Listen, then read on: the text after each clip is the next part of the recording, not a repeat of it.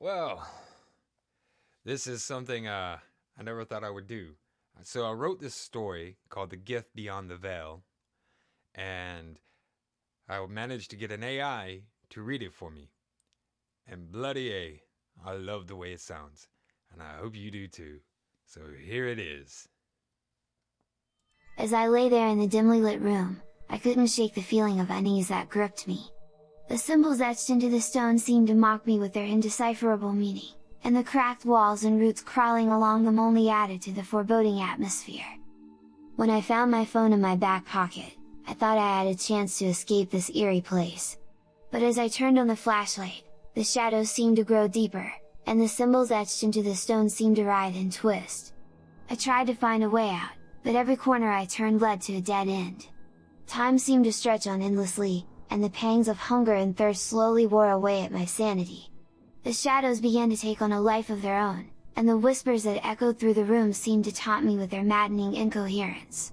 Demons and monsters appeared out of the darkness, their claws tearing at my flesh and their voices ringing in my ears. And then, just when I thought I could take no more, I saw the faint light in the distance. But instead of relief, a sense of dread settled into the pit of my stomach. The light seemed to call out to me, drawing me closer to a fate I couldn't imagine. As I stumbled towards the door, the light grew brighter and brighter, blinding me with its intensity.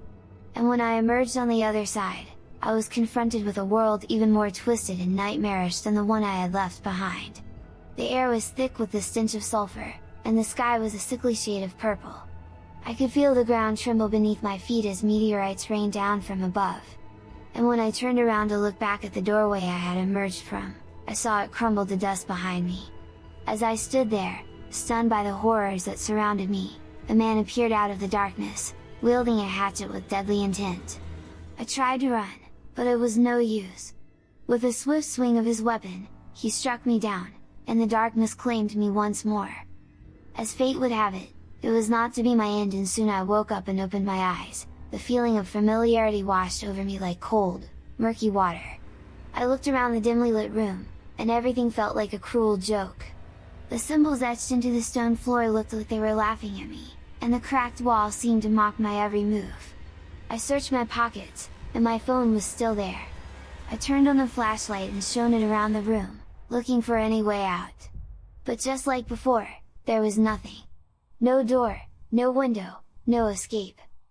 Minutes turned into hours, and the darkness became my only companion. My mind started to play tricks on me, and I could hear voices whispering in my ear. They spoke in a language I couldn't understand, but their intent was crystal clear.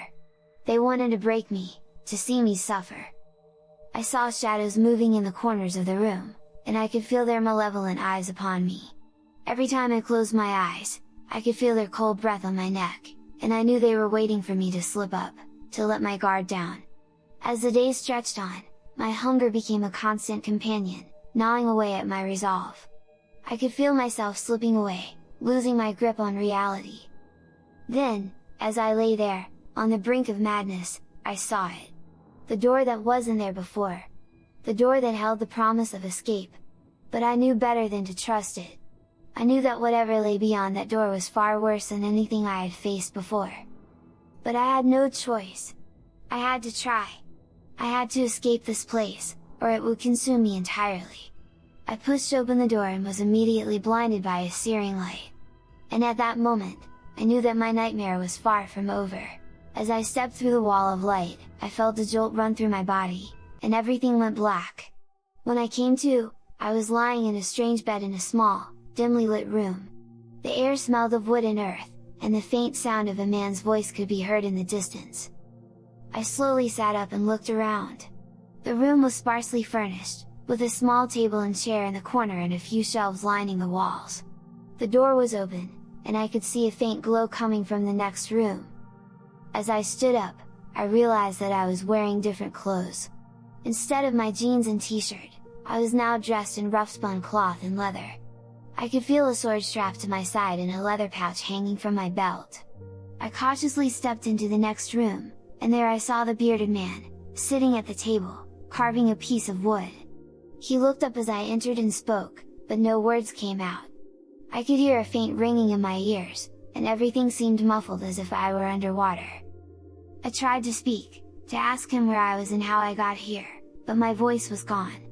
The man looked at me with concern in his eyes, then stood up and motioned for me to follow him. As we walked outside, I saw that I was in a small clearing surrounded by trees. In the distance, I could see a mountain rising up into the clouds, and a dense forest stretched out to my left. The air was cool and crisp, and the sky was a deep shade of purple. I took a few steps forward, but as I did, the bearded man stepped in front of me, blocking my path. He looked at me with a stern expression and pointed to the ground, where he had drawn a circle in the dirt. I looked down and saw that he had drawn strange symbols in the dirt, symbols that I couldn't understand. I felt a chill run down my spine as I looked up at him, and I could sense that there was something dark and dangerous about this place. As I stood there, trying to make sense of everything, the bearded man spoke again, and this time, I could hear his words. "Welcome to the world beyond the veil, child," the bearded man said, with a chuckle. "You died and came back, and now you're here. It's quite a feat if I do say so myself." I was taken aback by his words, unsure of what to make of them. But the bearded man didn't seem to notice my confusion. Instead, he handed me a wooden sword and challenged me to a practice duel. At first, I was hesitant. I had never wielded a sword before, and the bearded man looked like he could have been a seasoned warrior. But as we began to spar, I felt a strange sense of familiarity. It was as if I had done this before, in another life or another world. We fought slowly at first, testing each other's movements and techniques. But as we gained confidence, the pace picked up, and I found myself moving with surprising agility and precision. It was as if my body was remembering a skill it had long forgotten. But then, in the midst of our duel, we heard a blood-curdling howl in the distance. It threw me off balance, and the bearded man took advantage of my distraction, disarming me with a quick strike. He laughed as if my defeat was a source of amusement for him. "You couldn't even make it to the nearest town if you're so easily distracted," he said. "But you did well, nonetheless." He invited me inside to eat with him, and I followed him to a small table where he had prepared a simple meal. As we ate, he told me more about the world beyond the veil, about the monsters and demons that lurked in the shadows. As I listened intently, still trying to make sense of my situation. But as I looked around the cozy little house, and felt the warmth of the bearded man's hospitality, a small part of me wondered if this place could be a refuge from the darkness that awaited me outside. As I stared out into space, my mind wandered back to my old life, the endless cycle of work, eat, sleep, rinse, and repeat. But now, everything was different. I was in a new world, with new people, and new possibilities. "Where's the nearest town?" I asked the bearded man, hoping to explore and see more of this strange new land. He laughed a hearty sound that filled the room. "You're still too weak, my boy. Give it a week or so, and you'll be fit as a fiddle. Besides, I was already planning on heading into town soon to sell some of my herbs and medicine. You can come with me then." I nodded, grateful for his hospitality.